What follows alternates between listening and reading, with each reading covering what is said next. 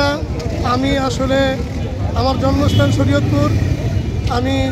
আমার নাম তুফাইল আহমদ কাসিমি। আমি শরীয়তপুর 1 আসনের পীর সাহেব চরমনায় মনোনীত হাত পাকার এমপি পদপ্রার্থী।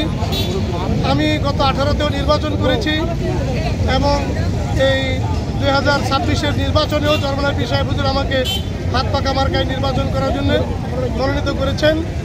আমি এই জন্যে পীর সাহেব চরমনাইকে ধন্যবাদ জানাই। পাশাপাশি দেশবাসী এই জন্যই হাত পাকা মার্কায় ভোট দিবে, যেহেতু বিগত 54 বছর পর্যন্ত দেশবাসী এই বাংলাদেশের বিভিন্ন পার্টি, বিভিন্ন মার্কায় বিভিন্ন মানুষকে ক্ষমতায় দেখেছে।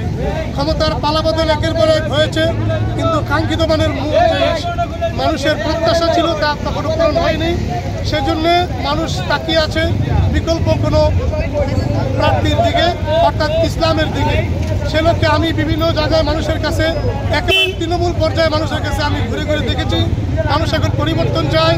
ম্যাক্সিমাম মানুষ ইসলামকে ক্ষমতায় দেখতে চায়, আর আমাকে এজন্যই ভোট দিবে, যেহেতু আমি প্রত্যেক জায়গায় জায়গায় দেখেছি। আমি ওয়াদা করেছি যে ইনশাআল্লাহ আল্লাহ যদি কবুল করে আমাকে যদি জনগণ হাত পাকা মার্কায় ভোট দিয়ে বিজয় করেন, জয়যুক্ত হতে পারি, তাহলে আমি সর্বপ্রথম শিক্ষা খাতকে আমি লক্ষ্য করব যে আমাদের এই শিক্ষার মান যেন উন্নয়ন হয়, সে লক্ষ্যে আমি কাজ করব। দ্বিতীয় নম্বর, আমাদের দেশে স্বাস্থ্যসেবা একেবারে ঝুঁকিপূর্ণ।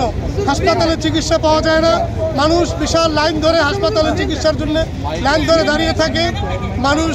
আমি ইনশাআল্লাহ যদি আল্লাহ কবুল করে, আমি ওয়াদা করেছি প্রতিটি ইউনিয়নে একটি করে স্বাস্থ্য কমপ্লেক্স পুনরায় নির্মাণ করব এবং স্বাস্থ্য সেবা আমি ইনশাআল্লাহ 100% নিশ্চিত করব জনগণ যেন সহজে তাদের স্বাস্থ্যসেবা নিতে পারে, সে লক্ষ্যে আমি চেষ্টা করব ইনশাআল্লাহ।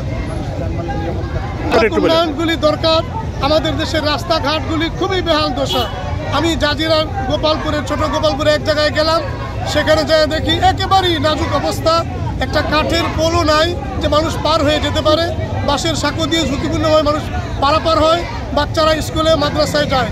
আমি সেই এলাকাগুলিতে আমি ইনশাল্লাহ ঘুরে ঘুরে দেখেছি।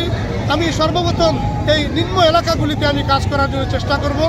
আমি শতভাগ ইনশাআল্লাহ যে পরিমাণ বাজেট পাস হবে 100% সে পরিমাণ বাজেট আমি কাজ করার চেষ্টা করব।